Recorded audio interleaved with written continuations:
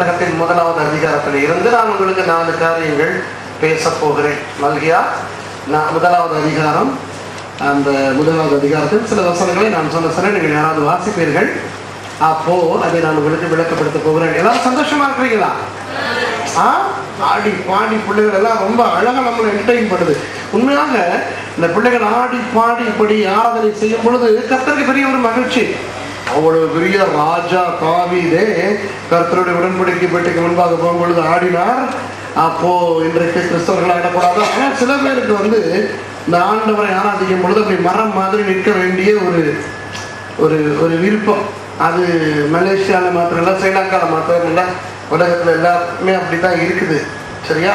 அதாவது சில நேரம் ஆண்டவரை இப்படி ஆராதிக்கும் போது உடம்பை கொஞ்சம் அசைத்தால் உடம்பிலே அந்த அசையாமல் இருக்கின்ற சில நரம்புகள், சில எலும்புகள், சில தசைகள் கொஞ்சம் ஆடி சுகம் கிடைக்க வாய்ப்பு. அடுத்த தடவை முயற்சித்து பாருங்கள். சரியா? ஓகேயா? சரி, மல்கியா புத்தகத்தை குறித்து, அதில் முதலாவது அதிகாரத்தை குறித்து நான் உங்களுக்கு பேசுவது என்றால், அந்த மல்கியா புத்தகத்தினுடைய பின்னணி கொஞ்சம் தெரிய வேண்டும். உங்களுக்கு அந்த சரித்திர பின்னணி கொஞ்சம் தெரிய வேண்டும். அதை நான் சுருக்கமாக உங்களுக்கு சொல்லிக் கொடுக்கிறேன். இப்ப பாருங்கள், யூதா தேசம், தேவனுடைய தேசம், அவர்கள் பாவம் செய்து கர்த்தருக்கு விருப்பம் இல்லாத காரியங்களை செய்தபடினால் ஆண்டவர் தீர்க்கதரிசிகள் மூலமாக எவ்வளவோ எச்சரிப்புகளை எல்லாம் கொடுத்து, நீங்கள் ஒழுங்காக மனம் திரும்பாவிட்டால் உங்களை அந்நியர்கள் பிடித்துக் கொண்டு போவார்கள், பாபிலோனியர்கள் உங்களை பிடித்துக் கொண்டு போவார்கள் என்று ஆண்டவர் எச்சரித்திருந்தார்.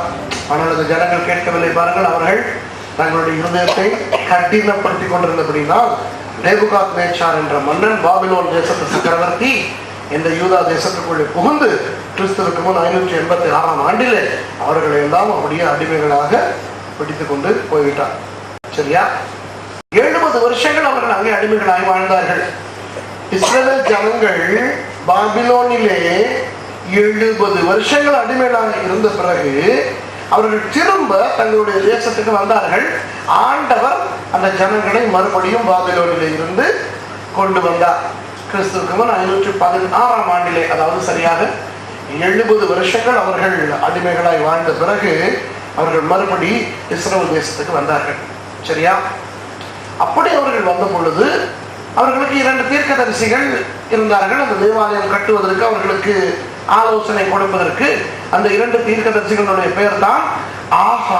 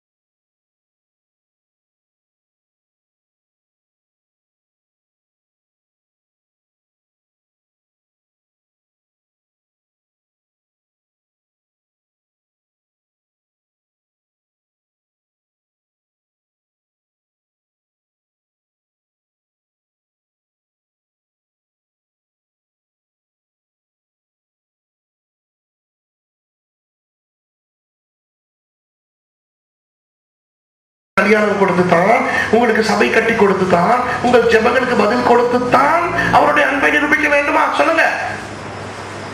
என்ன ஒரு மாதிரி பேந்த முடிச்சுக்கிட்டு இருக்கீங்க?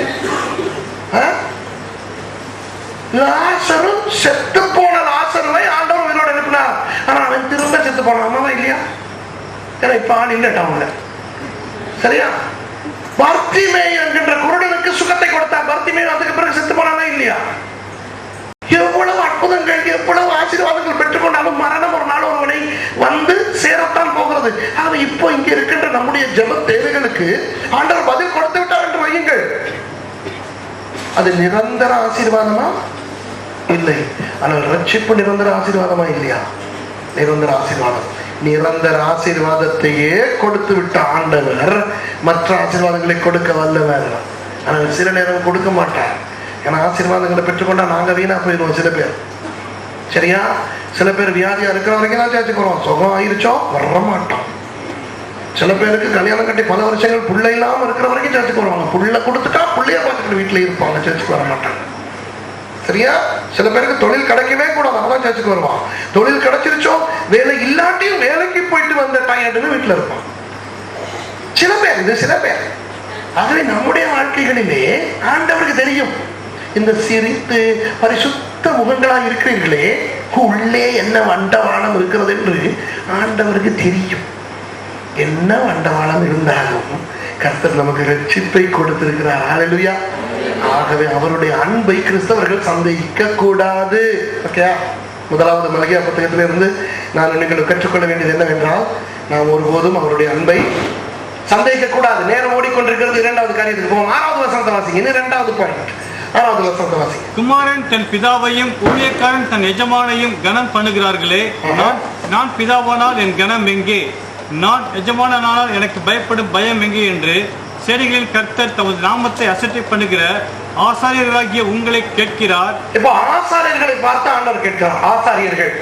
அப்ப நீங்க நினைக்கலாம், இது நமக்கல்லப்பா, இது ஆசாரியர்களுக்கு என்று. ஆனால் துரதிருஷ்டவசமாக 1 பேதுரு புத்தகம் சொல்லுகிறது, நாங்கள் எல்லாருமே ஆசாரியர்கள். அப்படித்தானே? ராஜரீக ஆசாரியர். முந்தைய அப்படி இல்லை, ஆசாரியர்கள்னா ஒரே ஒரு கூட்டம் தான். இப்ப அப்படி கிடையாது, நம்ம எல்லாருமே ஆசாரியர்கள். அப்போ நம்மை பார்த்து ஆண்டவர் கேட்கிறார். எப்படி கேட்கிறார்? குமாரன் தன் பிதாவையும் ஊழியக்காரன் தன் எஜமானையும் கனப்படுகிறார்களோ, நான் பிதாவானால் என் கனம் எங்கே? நான் எஜமானானால் எனக்கு பயப்படும் பயம் எங்கே என்று கேட்கிறார். எந்த கர்த்தர் கேட்கிறார்? சேனைகளின் கர்த்தர். நேற்று கூட நான் இதை எக்ஸ்பிளைன் பண்ண, இந்த சேனைகளின் கர்த்தர்னா என்னன்னு. சரியா? சேனைகளின் கர்த்தர் என்பது யாஹ்வே ஷபியோத், the Lord of hosts. சேனைகளின் கர்த்தர்னு சொன்னா ராணுவ தளபதி. அந்த ராணுவ தளபதி தன்னுடைய ராணுவ சேனையை அழைத்துக் கொண்டு எப்படி போவார்? எப்படியா போவார்? எல்லாரும் அவருடைய துப்பாக்கிகளை எடுத்துக்கிறீங்க, நாங்க எதிரியை சுட போறோம், அவங்க எதிரிகளை அடிக்க போறோம். நான் தானே கேப்டன், நான் முன்னால லெப்ட் ரைட் சொல்லிட்டு போவேன், நீங்க எல்லாம் பின்னால வரணும், துப்பாக்கிகள் எடுத்துட்டு வந்துருங்க. அப்புறம் அவங்க போயிட்டு வந்துட்டு சொல்லிடக்கூடாது. ஓகே, ரெடியா? ஓகே, போலாமா?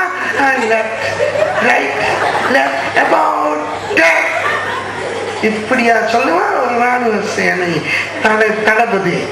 என்ன சொல்லுவான்?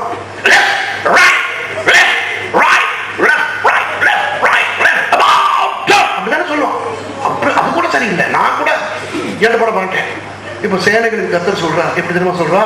குமாரன் தன் பிதாவையும் ஊழியக்காரன் தன் எஜமானையும் கனம் பண்ணுகிறார்களே, கனம் பண்ணுகிறார்களே, கனம் பண்ணுகிறார்கள். நான் பிதாவானால் என் கனம் எங்கே?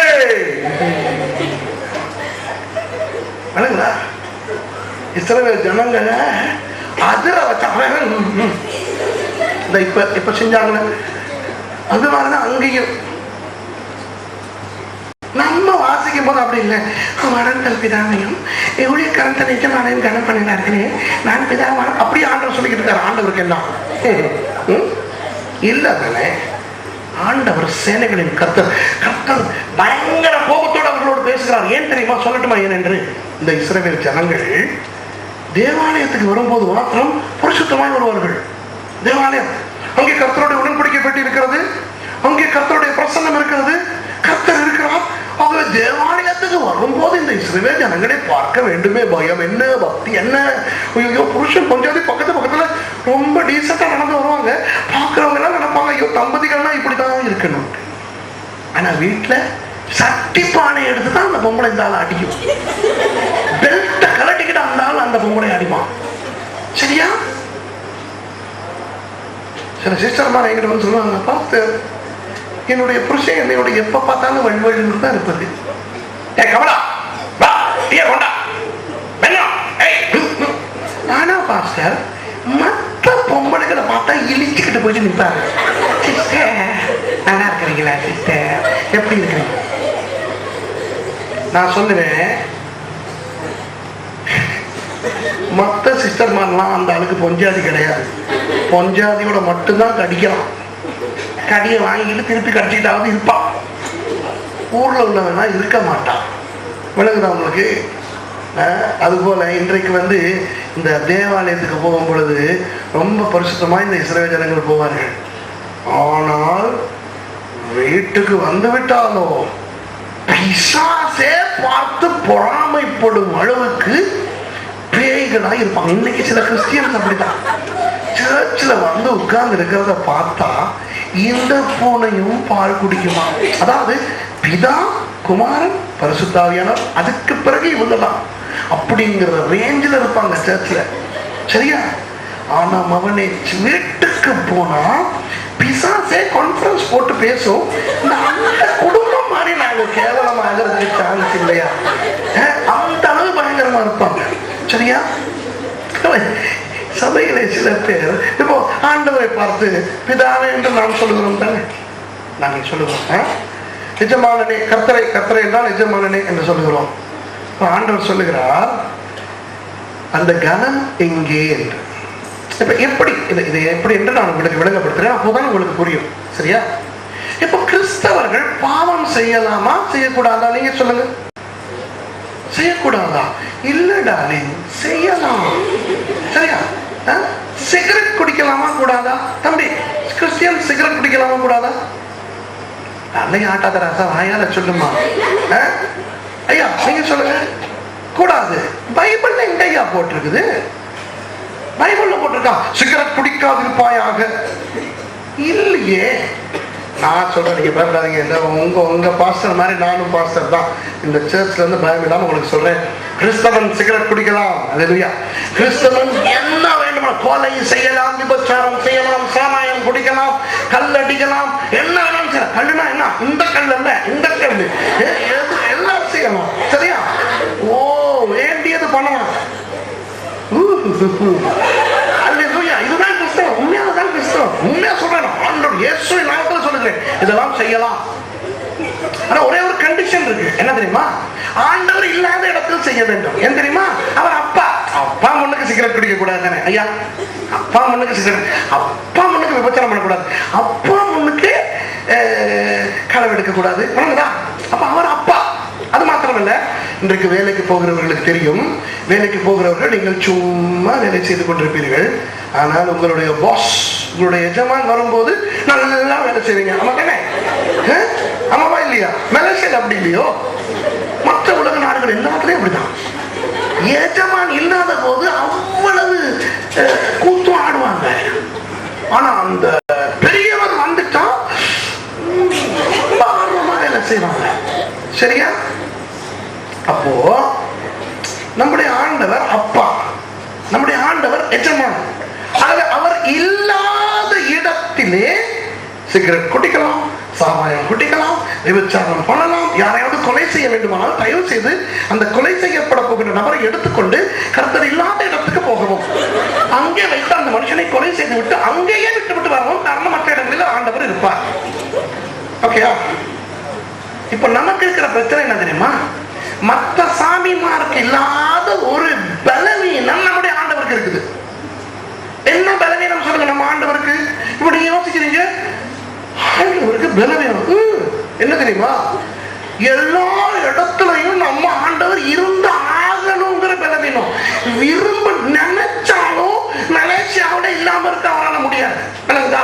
நினைச்சாலும் உங்க வீட்டுல இல்லாம இருக்க அவரால் முடியாது. ஏன் தெரியுமா? அவர் அவ்வளவு பெரியவர், அவருடைய வானம் அவருடைய சிங்காசனம், பூமி அவருடைய பாதபடி, அவர் சர்வ வியாபகர். இதுதான் அவருடைய பலவீனம். சில நேரம் நாங்க பண்ற கூத்துக்களை பார்த்தா அவருக்கு விருப்பமே இல்லை நம்ம வீட்டுக்கு வர. ஆனா வராம இருக்க அவர் இருக்கிறாரு.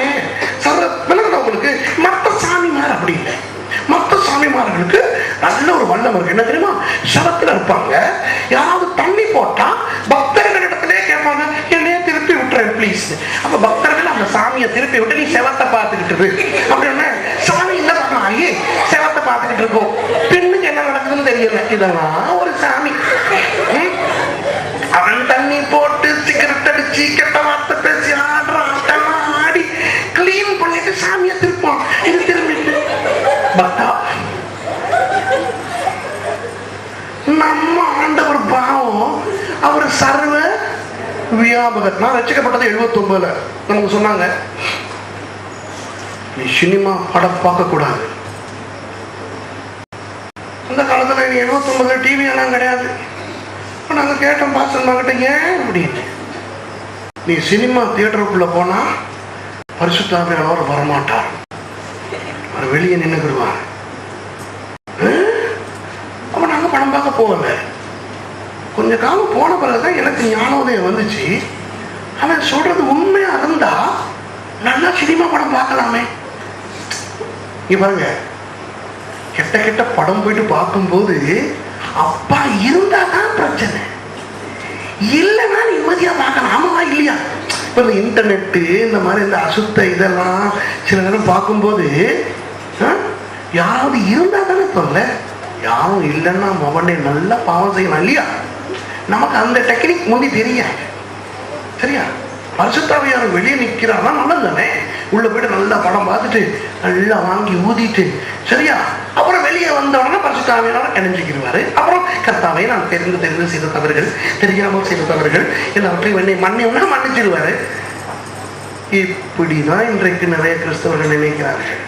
அன்பானவர்களே, உங்களுக்கு ஒன்றை சொல்லுகிறேன், இதை செய்யலாமா செய்யக்கூடாதா, இது பாவமா இல்லையா, இந்த வாதாடுவதெல்லாம் அனாவசியம். சிகரெட் குடிக்கலாமா கூடாதா, பைபிள்ல இல்லை. உண்மை என்ன தெரியுமா? உங்கள் அப்பா, உங்கள் எஜமான், உங்கள் பரிசுத்த பரலோக தேவன் எந்த நேரமும் உங்களோடு இருக்கிறார். சபையிலே மாத்திரமல்ல, வேலைக்கு போகும்போது, தனியாக உங்கள் அறையில் இருக்கும் பொழுது, நண்பர்களோடு பேசும்போது, SMS அடிக்கும் போது, ஃபேஸ்புக் பார்க்கும் பொழுது, நீங்கள் ஸ்கைப்பிக் கொண்டிருக்கும் பொழுது, எந்த நேரமும் உங்களுடைய பிதா, உங்களுடைய எஜமான் உங்களோடு இருக்கிறார்.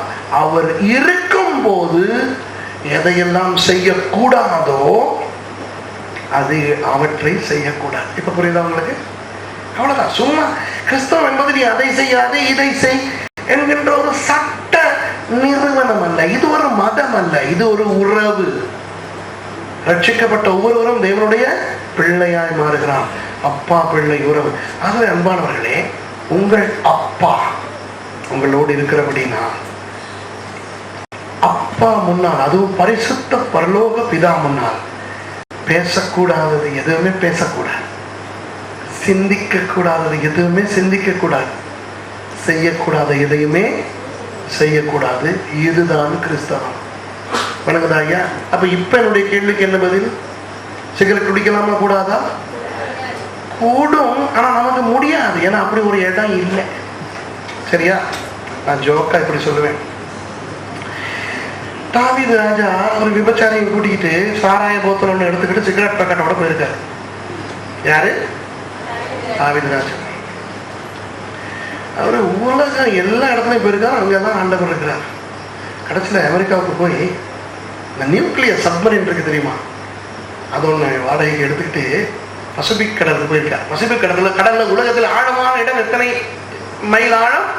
7 மைல்.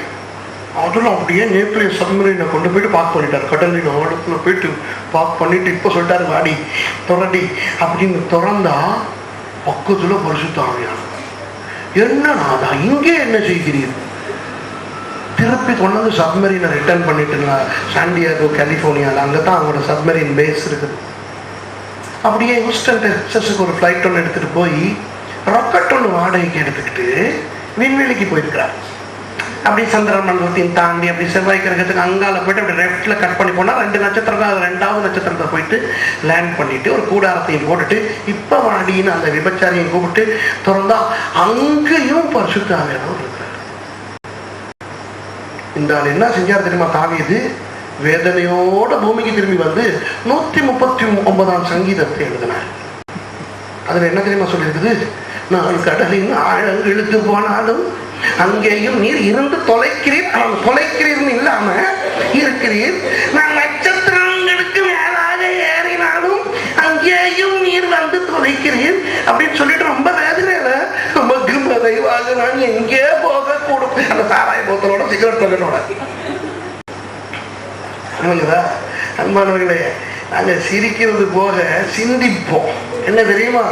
நம்முடைய ஆண்டவர் விக்கிரகம் அல்ல, நம்முடைய ஆண்டவர் சிலை அல்ல, நம்முடைய ஆண்டவர் சர்வ வல்லவர், சர்வ வியாபகர். அவர் வானத்தை சிங்காசனமாக பூமியை பாதபடியாக வைத்திருக்கிறார். அவருக்கு மறைவாக ஒன்றையும் செய்ய முடியாது. ஆகவே நம்முடைய அந்தரங்க வாழ்க்கையில் சும்மா சபையிலே வந்து ஜனங்கள் முன்னிலையில் பரிசுத்தம் காட்டிக்கொண்டு தெரியாமல் எப்பொழுதும் பரிசுத்த தேவன் நம்மோடு இருக்கிறார் என்ற அந்த உணர்விலே வாழ வேண்டும். சில பேர் வந்து ஆண்டவருக்கு பயமில்லை, பாஸ்டருக்கு பயம். ஒரு முறை நான் ஒரு கடக்குள்ள போறேன், ஒரு விசுவாசி வெளியே வந்துட்டு அப்படின்னா என்ன ஜீவனுக்குன்னு பார்த்தா பீடி அதை உறிஞ்சி இருக்கிறாரு. உறிஞ்சதோட என்னைய கண்டுட்டாரு. நான் உள்ளுக்கு போறேன், அந்த ஆள் பீடிய சுண்டிட்டாரு. உள்ளுக்கு எடுத்த புகைய முழுங்கிக்கிறவும் முடியல, வெளியே விடவும் முடியல.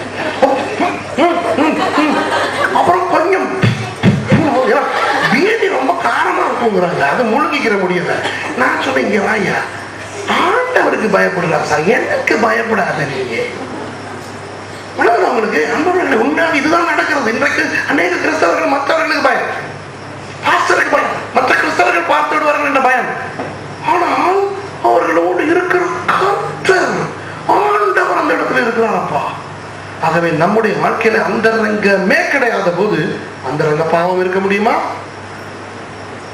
ஆகவே நம்முடைய வாழ்க்கையில ஏதாவது அந்தரங்க பாவம் இதுவரை இருந்திருந்தால் இப்போ தெரிகிறது அல்லவா, ஒன்றுமே அந்தரங்கமான எல்லாம் அம்பலம் என்று. இன்றைக்கு மனம் திரும்புவோம். இனி நம்முடைய வாழ்க்கையில் கவனமாயிருக்கும். சரியா? 8வது வசனத்தை வாசிங்க. அடுத்த பாயிண்ட் சீக்கிரமா முடிக்கிறீங்கன்னா, இந்த 2 பாயிண்ட் இருக்கு. நீங்கள் கண் ஊனமானதை பலியிட கொண்டு வந்தாலும் அது பொல்லாப்பல்ல. நீங்கள் கால் ஊனமானதையும் நசல் பிடித்ததையும் கொண்டு வந்தாலும் அது பொல்லாப்பல்ல என்கிறீர்களே. அதை நீ உன் அதிபதிக்கு செலுத்து, அவன் உன்மேல் பிரியமாய் இருப்பானோ, உன் முகத்தை பார்ப்பானோ என்று சேனைகளின் கர்த்தர் கேட்கிறார். மறுபடி சேனைகளின் கர்த்தர் தான் பேசுறார். உருமுகிறார் ஆண்டவர். சரியா?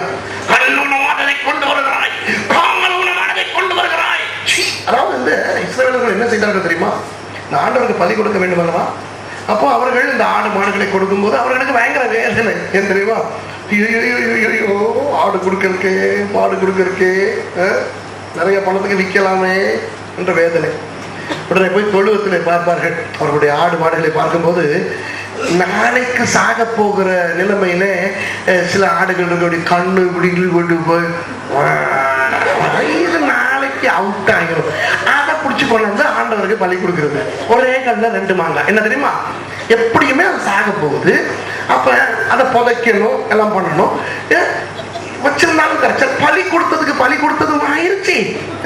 இந்த மிருகம் இங்கிருந்து போய் தொலைச்சாச்சு அப்படின்னு சொல்லி இவர்கள் பலி கொடுத்தார்கள். ஆண்டவர் கேட்கிறார், ஏன் நீ எனக்கு கொண்டு வரும் பொழுது கண் ஊனமானது, கால் ஊனமானது, நசல் பிடித்தது இவற்றை கொண்டு வருகிறாயே என்று.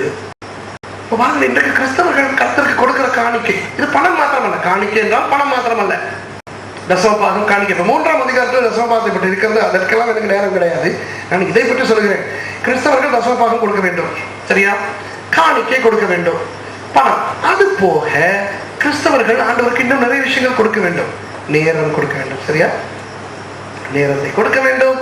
தாளந்துகள், திறமைகள் எல்லாம் கொடுக்க வேண்டும். பாருங்க, முதல்ல வந்து பிள்ளைகள் எல்லாம் தங்களுடைய திறமைகளை, தாளந்துகளை யாருக்கு கொடுத்தார்கள்? ஆண்டவருக்கு கொடுத்தார்கள். இது ஆண்டவருக்கு பெரிய ஒரு சந்தோஷம். அதுபோல உங்களுடைய தாளந்துகள், திறமைகள், சரியா, இசை வாசிக்கிற திறமை, மல்டிமீடியா போடுகிற திறமை, இன்னும் பேச்சாற்றல், இன்னும் ஓவியம் வரைகின்ற திறமை, தாளந்து, கணக்கு பார்க்கக்கூடிய, கணக்கு விடுகிற திறமை எல்லாருக்கும் இருக்கிறது. அது அல்ல கணக்கு பார்க்கிற திறமை, இல்லையா, நல்லா கணக்கு விடுவான் நம்ம, அது அல்ல, நல்ல திறமைகள். இவற்றையெல்லாம் ஆண்டவருக்கு கொடுக்க வேண்டும். காணிக்கைகள் ஆண்டவருக்கென்று கொடுக்க வேண்டும். ஆனால் இன்றைக்கு கிறிஸ்தவன் என்ன செய்கிறான் தெரியுமா? நல்லதை கொடுக்க மாட்டேன் என்கிறான். மிச்சம் மீதாரை காலையில எழுந்து தங்களுடைய வேலையெல்லாம் செய்து நேரம் கிடைத்தால் அவர்கள் ஜெபிப்பார்கள். வேலைகள் எல்லாம் முடிந்து அவர்கள் ஓய்வெடுக்கும் போது போர் அடிக்குதே, என்ன செய்யலாம், பைபிள் கொஞ்சம் வாசிப்போம் என்று பைபிள் வாசிக்கிறார்கள். சரியா? இப்படிப்பட்டவர்களிடத்தில் ஆண்டவர் சொல்லுகிறார், ஏய், நீ ஏன் இப்படி உன்னுடைய தேவையில்லாததை, கண்ணூனமானது, காலூனமானது, நசல் பிடித்தது எல்லாம் கொண்டு வருகிறாய் என்று ஆண்டவர் கேட்கிறார். புரியுது உங்களுக்கு? இப்போ சபைக்கு சில பேர் என்ன செய்வாங்க? லேட்டாவே தான் வருவாங்க. தெரியுமா? சில பேருக்கு சபை எப்படி ஆராதனை ஆரம்பிக்கிறதுனே தெரியாது, வந்ததே இல்லை, பிந்தியே தான் வந்தது. சரியா? இப்படிப்பட்டவர்களிடத்துல ஆண்டவர் சொல்லுகிறார், நீ எனக்கு கொடுக்கின்றதை உன் அதிபதிக்கு கொடுத்துப்பார். இப்ப தசம பாகத்தை பத்தி பேசுவோமே. தசம பாகம் கொடுக்காதவங்க ஏன் கொடுக்க மாட்டாங்க தெரியுமா? கேட்டா யாராவது பாஸ்டர் வந்து கேட்டாங்க, ஏன் நீங்க தசமபாகம் ஒழுங்கா கொடுக்குறீங்களோ? ஐயோ பாஸ்டர், உங்களுக்கு தெரியுமா, எனக்கு வர்ற வருமானத்துல வீட்டு வாடகை அப்படி, லைட்டுக்கு அவ்வளவு, தண்ணிக்கு அவ்வளவு, நாங்க 2 பிள்ளைகள் தான் பெற்றுக்கிற நினைச்சோம், ஆனா கர்த்தர் 4 பிள்ளைகள் கொடுத்துட்டார். அப்ப அங்க பிதா, குமாரன், பரிசுத்த ஆவியானவர் திருத்துவ தேவனுக்கே பிரச்சனை ஆயிடும். பிதா பாப்பார், குமாரனை பார்த்து நீர் தான் அவர்களை ஆசீர்வதித்தீர்கள், பரிசுத்த ஆவியானவர் பூமியில் இருக்கிற அவரை கேட்போம், அவரை அவன் கொழுப்பிலே பெற்றுக் கொண்டான். சரியா? சரி, தெரியுமா? சில பேர் சொல்லுவாங்க, கர்த்தர் 4 புள்ள கொடுத்தா, நாங்க 2 தான் பிளான் பண்ணோம், அதனால தசமபாகம் நமக்கு கொடுக்கறதுக்கு சான்ஸ் இல்லை, இவ்வளவு செலவு, பொறாமை விட செலவு அதிகமா இருக்கிறது. பாஸ்டர், உங்களுக்கு எல்லாம் எங்களுடைய உள்ளம் நாங்கள் படுகிற வேதனை தெரியாது, கர்த்தர் இதெல்லாம் பார்க்கிறார், அதில் நீங்கள் இதை பற்றி யோசிக்காதீர்கள், கர்த்தர் எங்களை பார்த்துக் கொள்வார். இதை செய்யலாம் அதிபதி கிட்ட. இப்போ அதிபதினா யார்? நீங்க பஸ்ல ஏறினா அந்த பஸ் கண்டக்டர் தான் அதிபதி, ட்ரெயின்ல அந்த ட்ரெயின் கண்டக்டர் தான் அதிபதி. அப்ப அந்த நீங்க பஸ்ல ஏறி நீங்க சொல்லுவீங்க, எனக்கு இங்க இருந்து இங்க போறதுக்கு வேணும். அப்ப அவங்க சொல்லுவாங்க 20 ரிங்கிட் கொடு. அப்ப நீங்க அந்த ஆளுக்கு சொல்லணும், 20 ரிங்கிட் கேட்காது. உனக்கு தெரியுமா, நான் 2 பிள்ளை தான் பெக்க நினைச்சேன், 4 பிள்ளை வந்துருச்சு. உனக்கு தெரியுமா, நான் வீட்டு வாடகை எவ்வளவு கட்ட இருக்குன்னு. உனக்கு தெரியுமா, அந்த அதே இஃபெக்ட்ல அந்த பாஸ்டருக்கு சொல்ற அதே இஃபெக்ட்ல கண்டக்டருக்கு சொல்லணும், உனக்கு இந்த உள்ளத்தை பார்க்க முடியுதா? இல்லதானே. நீ வெளியால பார்த்து நீ நினைக்கிற எனக்கு பணம் இருக்கு, இல்ல, நான் 2 ரிங்கிட் தாரேன், நான் கொடுக்காத 18 ரிங்கிட்ட பத்தி நீ பேசாம கொடுத்த 2 ரிங்கிட்ட பார்த்து சந்தோஷப்படு. உடனே பஸ் கண்டக்டர் அவனும் அழுது அவனை ஏற்றுக்கணும், அப்படியா இறக்கி விட்டுருவான். சரியா? வீட்டு வாடகை, ஸ்கூல் ஃபீஸ், லைட் பில், தண்ணி பில் வரல, இதெல்லாம் கொண்டு போயிட்டு செலுத்துற இடத்துல இந்த டயலாக விடணும். நீ எல்லாம் உள்ளத்தை பாரு, வெளியே பார்க்காத, இந்த டயலாக் விடணும். விட மாட்டீங்களே, ஏன்? அங்க விட்டா லைட்டை வெட்டிடுவான், தண்ணிய வெட்டிடுவான், வீட்டை விட்டு வெளியே அனுப்பிடுவான். நம்ம பாஸ்டர் நான் அப்படி இல்லையே, போயிட்டு கேட்டுவிட்டு அப்படியா நம்ம பாட்டுக்கு இழிச்ச வாய் மாதிரி திரும்பி வந்துடும்ல. இதனாலதான் இன்னைக்கு விசுவாசி நம்ம தலையில ஏறி அம்மி அரைச்சிக்கிட்டு இருக்கான். கர்த்தர் சொல்லுகிறார், எடா எடி, நீ போய் உன் அதிபதிக்கு செலுத்தி பார்க்க. சர்ச்சுக்கு லேட்டா வர்ற ஆத்துமாக்கள் இருக்குல்ல, இந்த சர்ச்ல அப்படி யாருமே இல்லை. எல்லாம் டைமுக்கு வந்துடுறாங்க. நான் வேற சர்ச்சை சொல்றேன். சரியா? இந்த சர்ச் தொடங்குறதுக்கு 15 நிமிஷத்துக்கு பிறகு ஆடி அசங்கி வருது, தேர் மாதிரி குடும்பத்தோட வந்து. அது நல்ல காமெடி. சில சர்ச்சஸ்ல எப்படி தெரியுமா, பிந்தி வந்து வெட்டப்பட்டு ஒழியாம நடந்து வந்து உட்கார்ந்துட்டு அப்படின்ட்டு அந்த பாட்டுல நடுத்துள்ளோட ஜாயின் பண்றோம். நான் யோசிப்பேன், இதுக்கெல்லாம் வெக்கமானோ ரசம் சுட்டு சொன்னேன் இல்லையா? அப்படிப்பட்டவர்களை ஆண்டவர் பார்த்து சொல்லுகிறார், நீ திங்கட்கிழமை வேலைக்கு போகும்போது இப்படி போ. திங்கட்கிழமை வேலைக்கு போகும்போது 15 நிமிஷம் லேட்டா ஆடி அசங்கி போ. உன் எஜமான் உன்னை உன் முகத்தை பார்ப்பான். இன்றைக்கு எத்தனை பேர் உலகத்தில் உள்ளவர்களுக்கு பயம், உலகத்தில் உள்ளவர்களுக்கு பயம், ஆண்டவருக்கு பயம் இல்லை. ஆக அன்பானவர்களே, உண்மையாக சொல்லுகிறேன், கர்த்தர் சொல்லுகிறார், நீ எனக்கு கொடுப்பதை ஒழுங்கானதை கொடு, இல்லாவிட்டால் எனக்கு கொடுக்கிறாங்க. இந்த இது வாசிச்சது யாரு? இந்த அவங்க வாசிச்சது யாரு?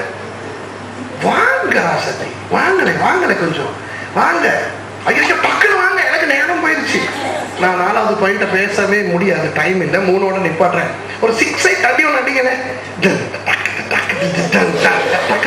என்ன அடியப்பா, அடிங்க அடிங்க அடிங்க அடிங்க அடிங்க அடிங்க அடிங்க. கண்ணூனமானது காலூனமானது நசல் பிடித்தது நான் கொண்டு வருகிறாய். கண்ணூனமானது காலூனமானது நசல் பிடித்தது நான் கொண்டு வருகிறாய். காணிக்கை எனக்கு இதுதானா, காணிக்கை எனக்கு இதுதானா. கண்ணூனமானது காலூனமானது நசல் பிடித்தது நான் கொண்டு வருகிறாய்.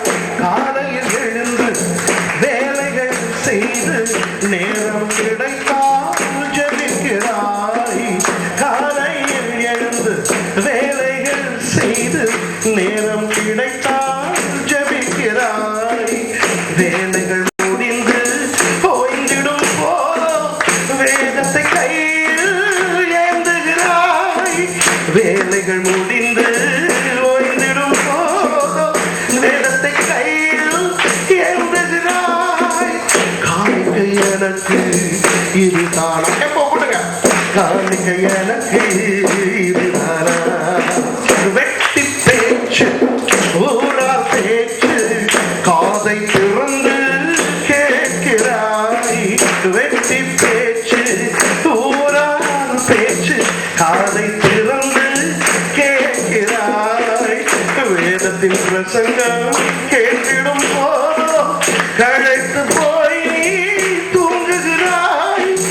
வேதத்தின் பிரசங்கம் கேட்டிடும் போதோ களைத்து போய் தூங்குகிறாய். காணிக்கை எனக்கு இதுதானா, காணிக்கை எனக்கு இதுதானா. கண்ணூனமானது கண்ணூனமானது நசல் பிடித்ததுதான் கொண்டு வருகிறார். ஆண்டவருடைய நிலமப்பா, ஆண்டவருடைய நிலைமை இதுதான். இன்றைக்கு அநேகர் ஆண்டவருக்கு கொடுக்கும் நேரம், ஆண்டவருக்கு கொடுக்கும் காணிக்கை, ஆண்டவருக்கு கொடுக்கும் விஷயங்களிலே நல்லதை கொடுக்க மாட்டார்கள். ஒரு அம்மா வந்து பாஸ்டருக்கு சொல்லுதான், பாஸ்டர் என்னுடைய 3வது பிள்ளையை நான் ஊழியத்துக்கே தானேன். பாஸ்டருக்கு பெரிய சந்தோஷம், வண்டர்ஃபுல், பிரதிஷ்டை பண்ணி ஜெபம் பண்ணி ஊழியத்துக்கு எடுக்கிறான். ஆனா கேட்கிறாரு, அம்மா அவன் மற்ற மூத்த பிள்ளை என்ன செய்யறான்? அவன் டாக்டருக்கு படிச்சுக்கிட்டு இருக்கான், அவன் ஊழியத்துக்கு அவன் மருந்து கொடுத்துக்கிட்டே சுவிசேஷம் அறிவிக்க போறான் நோயாளிகளுக்கு. 2வது பிள்ளை அது என்ஜினியரிங் படிக்குது, என்ன பண்ண போகுது? அது பாலம் கட்டிக்கிட்டே சுவிசேஷம் அறிவிக்க போகுது. அப்படியா? இப்ப இவரையே நீங்க 3 ஊழியத்துக்கு கொடுத்தீங்க. ஐயோ பாஸ்டர் இவனுக்கு படிப்பே ஏறுதில்லை. படிப்பு ஏறுதோ இல்லையோ அப்படிப்பட்டவர்களை எடுத்து ஆண்டவர் பயன்படுத்துவார் என்பது வேறு. ஆனால் இன்றைக்கு ஆண்டவருக்கு கொடுக்கும் பொழுது இப்படித்தான் கொடுப்பார்கள். காணிக்கை கொடுக்கும் பொழுது பர்ஸை எடுப்பார்கள். இந்த பெரிய பெரிய 100, 50, 20, 10 தாண்டி 5 ஒன்னும் தாண்டி சில்லறைக்கு வந்துடுவாங்க. சில்லறை அதையும் கொடுக்கறது புள்ள கையில கொடுத்து இந்த காணிக்கை போடு. மறுபடியும் இன்றைக்கு அநேக கிறிஸ்தவர்கள் கர்த்தருக்கு கொடுக்கிற நேரம், கர்த்தருக்கு கொடுக்கிற காணிக்கை, இவற்றிலே நல்லதை கொடுக்காமல் இருக்கிறார்கள். சரியா? ஆகவே அப்படி செய்யாமல் ஒழுங்கானதை கொடுக்கும்படியாய் கர்த்தர் உங்களிடத்தில் வேண்டிக் ஒரு 5 minutes தரீங்க எக்ஸ்ட்ரா. 4வது பாயிண்ட் முடிச்சிடறேன். அப்ப 1வது அதிகாரம் ஓகே இருக்குல்ல? அப்ப இது பிள்ளையா ஏன் இருக்கோ? இதை பார்த்து பயந்துன்னு இருக்கிறேன். சரி சரி. அப்ப 4வது பாயிண்ட் 10வது வசனத்தை வாசிங்க. 4வது பாயிண்டை முடிச்சிருந்தேன். உங்களில் எவன் கூலி இல்லாமல் கதவுகளை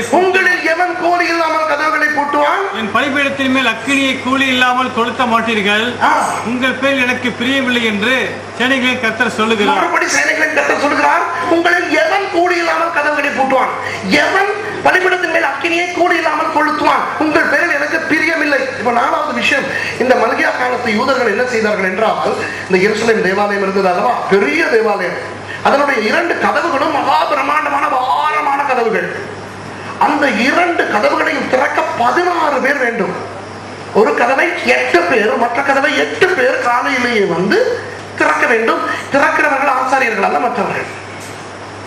அப்படி திறந்து அவர்கள் என்ன செய்ய வேண்டும், அந்த பலிபீடத்தின் மேல் அக்கினியை கொளுத்த வேண்டும். எத்தனையோ பலிபீடங்கள் தேவாலயத்துக்குள்ள இருக்கின்றன அல்லவா, அவற்றிலே அக்கினியை கொளுத்தி அந்த அக்கினியை எரிய வைப்பது லேசான ஒரு காரியம் அல்ல. நிறைய விறகுகள் போட்டு அந்த அக்கினியை எப்பொழுதும் எரிய வைத்துக் கொண்டே இருக்க வேண்டும். இரவிலே சூரிய அஸ்தமனத்தோடு அந்த பாரிய கதவுகளை மூடிவிட்டு செல்ல வேண்டும். இப்ப இந்த கதவுகளை திறந்து மூடி அக்கினி கொடுத்துகிறவர்கள் என்ன தெரியுமா பார்ப்பார்கள், ஜனங்கள் வந்து பலியிட கொண்டு வருகின்ற அந்த மிருகங்களின் இறைச்சியை இந்த ஆசாரியர்கள் வீடுகளுக்கு கொண்டு போகிறார்கள். இப்ப இவர்கள் யோசிப்பார்கள், கொஞ்சம் நமக்கும் கொடுத்துட்டு போனாமே, இவ்வளவு கஷ்டப்பட்டு நாங்க ஆலயத்துக்கு வேலை செய்யறோமே, சரியா? இப்படித்தான் அவர்களுடைய ஆசை தொடங்கியது. அடே, ஆலயத்துக்காக கொஞ்சம் வேலைகளை நாங்கள் செய்கிறோம், நமக்கு கொஞ்சம் கொடுத்தால் என்ன, குறைந்தா போய் விடுவார்கள், போதுமா இனி போட மாட்டேன், தேங்க்யூ, சரியா என்று அவர்கள் நினைத்தார்கள். இதைத்தான் ஆண்டவர் வெறுக்கிறார். உங்களில் எவன் கூலி இல்லாமல் கதவுகளை பூட்டுவான், பலிபீடத்தின் மேல் அக்கினியை கூலி இல்லாமல் கொளுத்தவும் மாட்டீர்கள், உங்கள் பேரில் பிரியமில்லை என்று ஆண்டவர் சொல்லுகிறார். அதாவது என்ன தெரியுமா அர்த்தம், ஊழியம் செய்து கூலி எதிர்பார்க்கிறது, கூலிக்கு ஊழியம் செய்வது, சரியா? இன்றைக்கு அநேக கிறிஸ்தவர்கள் அப்படித்தான். அநேக கிறிஸ்தவர்கள் கர்த்தருக்கு ஊழியம் செய்யும் பொழுது அதனால் நமக்கு என்ன லாபம் வரும் என்று எதிர்பார்க்கிறார்கள். இப்போ உடனே நீங்கள் நினைக்கலாம், பணத்தை பற்றி பேசுகிறேன் என்று. உண்மைதான், சிலர் ஊழியம் செய்யும் பொழுது பணத்தையும் எதிர்பார்க்கிறார்கள், சரியா? சில பேர் பிரசங்கம் செய்துவிட்டு காணிக்கை எதிர்பார்ப்பார்கள். சில பேர் வந்து ஊழியம் செய்துவிட்டு இதற்கு ஏதாவது அலவன்ஸ் கொடுப்பார்களா என்று எதிர்பார்ப்பார்கள். பணத்தை விடுவோம், இன்னும் 2 பயங்கர கூலிகள் இருக்கின்றன, தெரியுமா உங்களுக்கு? என்ன கூலிகள் தெரியுமா? நன்றி என்ற கூலி ஒன்று. ஊழியம் செய்துவிட்டு நன்றி சொல்ல வேண்டும் ஜனங்கள் என்று எதிர்பார்க்கின்ற ஒரு கெட்ட ஒரு பழக்கம் இன்றைக்கு அநேக கிறிஸ்தவர்களுக்கு வந்திருக்கிறது. அதுவும் ஒரு வித கூலி தான், சரியா? அதாவது சில பேர் சொல்வார்கள், 8 வருஷங்களாக இந்த சபையிலே நான் இந்த மாதிரி வேலைகள் செய்கிறேன், நான் தான் ஃபேன் போட்டு கொடுத்தேன், நான் தான் மைக் வாங்கி கொடுத்தேன், நான் தான் மல்டிமீடியா ப்ரொஜெக்டர் வாங்கி கொடுத்தேன், நான் தான் கீபோர்ட் டொனேட் பண்ணேன், நான் தான் ட்ரம் வாசிக்கிறேன், நான் தான் இந்த ஜனங்களில் சிலரை கொண்டு போய் வீடுகளுக்கு இரவு நேரங்களில் விடுகிறேன், நான் தான் வாகனம் ஓட்டினேன், இவ்வளவு காலமாக நான் செய்கிறேன், ஒருவர் கூட என்னை கண்டுகொள்வதில்லை. பாஸ்டர் நன்றி சொல்வதும் கிடையாது, யாருமே நன்றி சொல்வதும் கிடையாது என்று அன்பானவர்களை உங்களுக்கு கொண்டு சொல்லுகிறேன். ஆண்டவருக்கு அதை செய்யும் பொழுது நன்றி எதிர்பார்க்க கூடாது. நன்றி எதிர்பார்த்தால் அது ஒரு கூலி. இன்னொன்று என்ன தெரியுமா? பாராட்டு. ஒன்று நன்றி, அடுத்தது பாராட்டு. வேண்டாம், இப்ப நான் அந்த அக்காவுக்கு சொன்னேன்னே நல்லா வாசிச்சிங்க அப்படின்னு சொன்னேன், இப்ப சொல்றேன் நல்லா வாசிச்சிங்க, அப்ப அது என்ன, அது ஒரு கூலி. இந்த மாமி ரொம்ப அருமையா பாட்டு நடத்திக்கிட்டு இருந்தாங்க, என் வயசுக்கு நீங்க மாமி மாதிரி தான் எனக்கு தெரியுறீங்க, சரியா? இந்த அக்கா மாறலாம், சரியா? அப்போ பாராட்டு இன்றைக்கு இருக்க வேண்டியதுதான். ஆனால் இன்றைக்கு சில பேர் ஊழியம் செய்வதே பாராட்டுக்காக, தெரியுமா? சில பேர் வந்து பாடுவது ஜனங்கள் பாராட்ட வேண்டும் என்று. சில பேர் விஷயங்களை செய்துவிட்டு ஆடிவிட்டு எதிர்பார்ப்பார்கள் ஜனங்கள் வந்து தங்களை பாராட்ட வேண்டும் என்று. அப்ரிசியேஷன், ஜனங்கள் பாராட்ட வேண்டும், நல்லது சொல்ல வேண்டும்.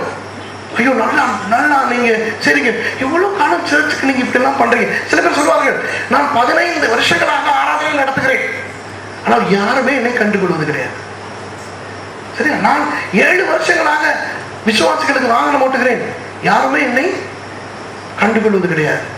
அன்பானவர்களை, உண்மையாக சொல்லுகிறேன், நாம் எல்லாருமே கர்த்தருக்கு ஊழியம் செய்ய வேண்டியவர்கள். சரியா? இப்ப ஒரு ஒரு கேள்வி கேட்கட்டுமா? இப்ப நான் இவ்வளவு சொல்லிட்டேன் தானே.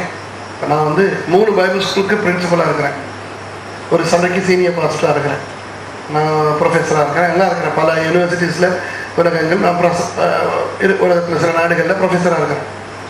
இவற்றுக்கெல்லாம் நான் சம்பளம் வாங்குகிறேனா இல்லையா? எத்தனை பேர் நினைக்கிறீங்க நான் சம்பளம் வாங்குறேன்? கை தூக்காட்டு.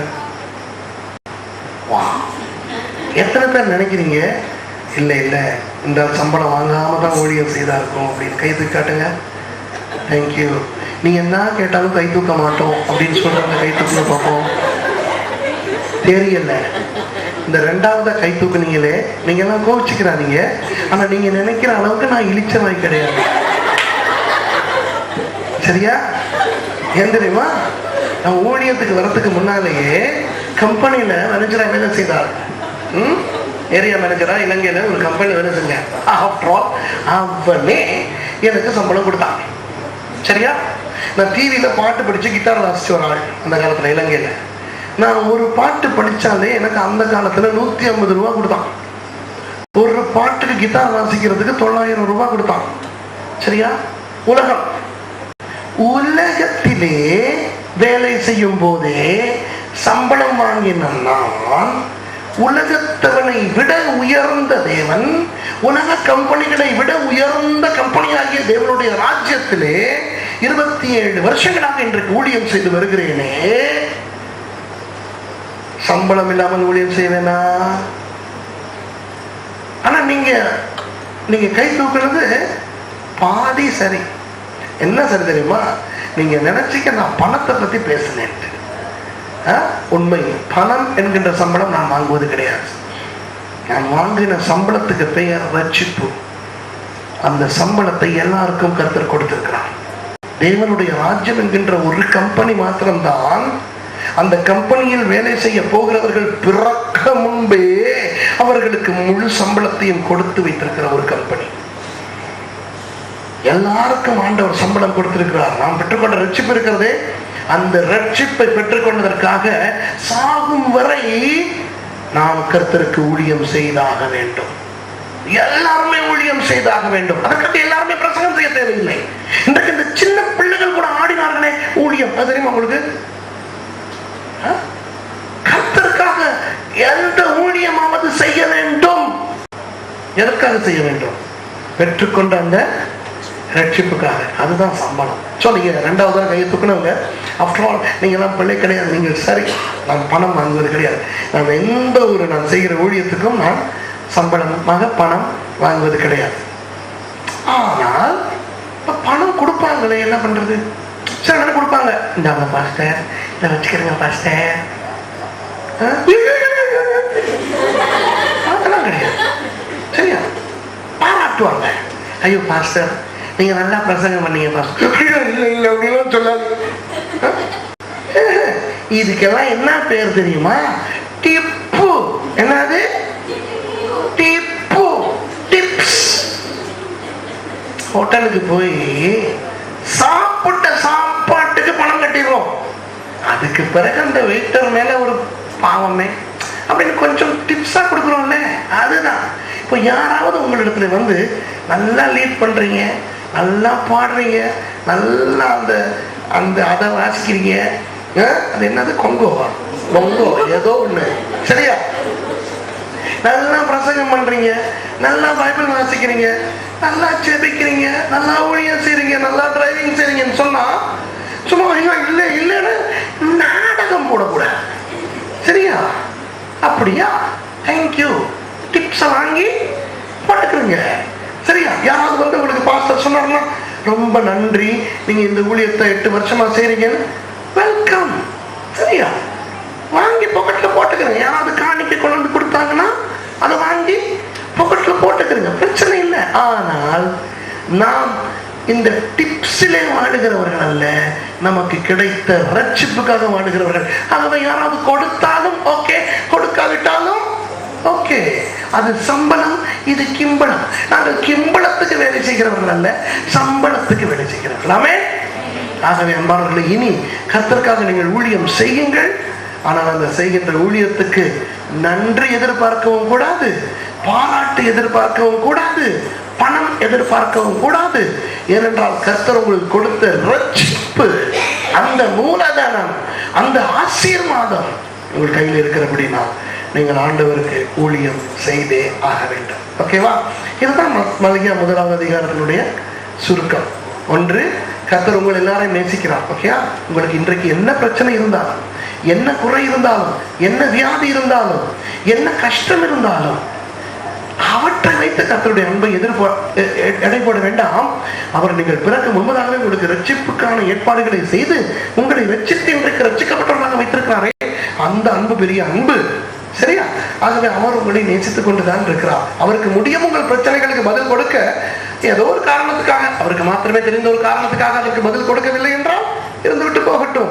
கொடுத்தாலும் ஸ்தோத்திரம், கொடுக்காவிட்டாலும் ஸ்தோத்திரம். இரண்டாவது, அவர் உங்களுக்கு அப்பாவாக எஜமானாக இருக்கிறார், எல்லா இடத்திலும் இருக்கிறார். நீங்கள் தனியாக தனிமையை உணர தேவையில்லை. நாம் உணர்வாளிகள் அல்ல. நமக்கு பேர் என்ன தெரியுமா? விசுவாசிகள். தேவனுடைய பிரசன்னத்தை உணர்ந்தால் தான் அவர் எங்களோடு இருக்கிறார் என்றல்ல, அவருடைய பிரசனம் எங்களோடு இருக்கிறது. அதை விசுவாசிக்க வேண்டும். ஏன் தெரியுமா? நம்முடைய ஆண்டவர் சர்வ வியாபகர். அவர் இல்லாத இடமே கிடையாது. ஆகவே நம்முடைய வாழ்க்கைகளிலே அந்தரங்கங்கள் இல்லை. ஆகவே அந்தரங்க அசுத்தங்கள், பாவங்கள் நம் வாழ்க்கையில இருக்க வேண்டாம். சரியா? மூன்றாவது, கர்த்தருக்கு கொடுக்கின்ற நேரம், தாளந்து, திறமை, காணிக்கை எதிலுமே நல்லதை கொடுப்போம், இல்லாமல் கொடுக்க வேண்டாம். சரியா? என்றால் கர்த்தர் அவர் தன்னுடைய ஒரே பேரான குமாரனை நமக்காக கொடுத்தார். அவர் நல்லதை கொடுத்தார், நாமும் அவருக்கு நல்லதை கொடுப்போம். கடைசியாக எல்லாரும் பெற்றுக்கொண்ட சுவிசேஷத்துக்காக, பெற்றுக்கொண்ட ரட்சிப்பு நிமித்தம் ஊழியம் செய்ய வேண்டும். அந்த நாம் செய்கின்ற எந்த ஊழியத்துக்கும் நன்றி, பாராட்டு, பணம் எதுவுமே எதிர்பார்க்க கூடாது. மல்கியாவின் தேவன் உங்களை ஆசீர்வதிப்பாராக. ஆமென்.